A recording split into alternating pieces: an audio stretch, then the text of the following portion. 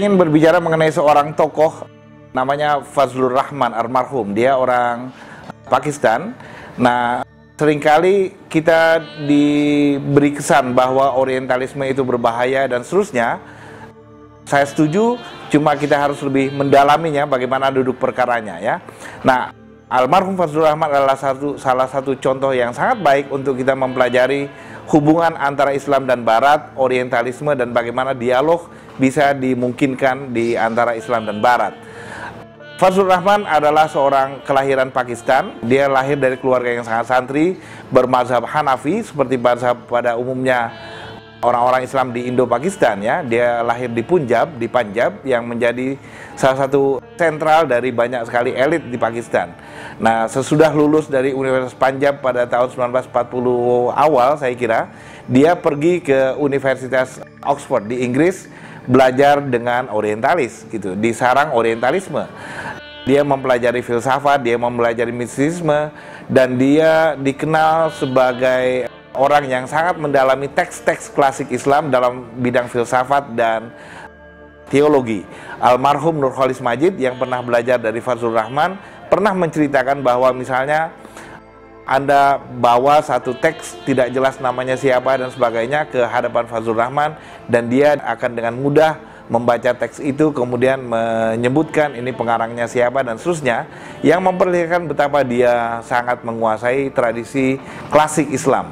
Nah, sesudah dia selesai pada tahun 1950-an di Universitas Oxford, dia belajar di sana sebentar di Universitas Durham di Inggris dan melahirkan beberapa karya mengenai filsafat Islam.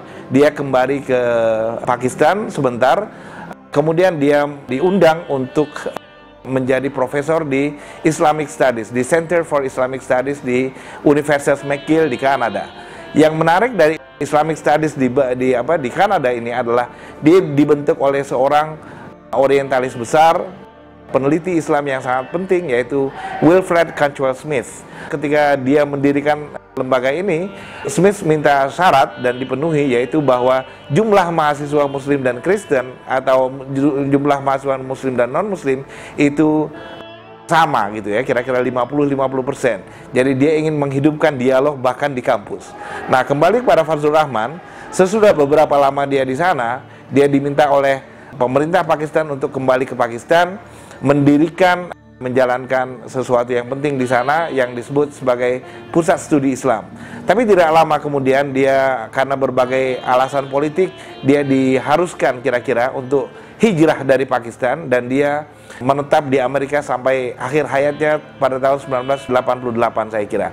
Pertama dia mengajar di University of Chicago di Los Angeles, kemudian dia pindah di Amerika di Universitas Chicago ya. Nah, yang menarik dari Rahman ini adalah bahwa dia mengembangkan tradisi intelektual di pusat orientalisme, karena Chicago adalah salah satu tempat di Amerika di mana studi-studi orientalisme berkembang dengan sangat baik, dan dia menjadi seperti salah satu magnet yang menyedot datangnya banyak sekali mahasiswa baik Muslim maupun non-Muslim ke Universitas Chicago untuk belajar bersamanya. Dia disebut sebagai kiai dari Chicago. Nah, yang menarik dari keterlibatan dia di Chicago adalah bahwa dia justru menjadi penyeimbang dari banyak sekali penelitian Barat mengenai Islam yang justru dilakukan oleh orang-orang Barat. Jadi dia justru berada di sana untuk melakukan dialog sebagai seorang sarjana Muslim yang sangat besar dan melahirkan banyak karya di sana ya. Di antara karya-karyanya yang berpengaruh adalah Islam and Modernity. Itu kerjasama itu dimulai dari penelitian dia mengenai pendidikan Islam di berbagai dunia Islam. Dia juga menulis di sana Major Themes of the Quran, ya, satu buku mengenai Quran, dan dia juga menulis berbagai buku yang sangat berpengaruh, antara lain Islam judulnya, itu pengantar Advanced Introductions to Islam ya, satu pengantar yang advance gitu ya. Dan banyak mahasiswa Muslim belajar di sana, diantaranya seperti yang saya sudah sebutkan tadi adalah almarhum Nurholis Majid dari Indonesia, juga Ahmad Syafi'i Ma'arif, Buya Syafi'i belajar di sana, dan hingga tingkat tertentu juga adalah Pak Amin Rais. Dan dari berbagai penelitian sarjana yang berkembang belakangan, kita tahu bahwa banyak sekali yang berhutang budi kepada dia karena studi-studi dia di Chicago dan cara dia mengajar di Chicago. Di antaranya misalnya adalah Fred Donner, ya, yang juga Clifford Geertz pernah bersinggungan dengan dia di sana.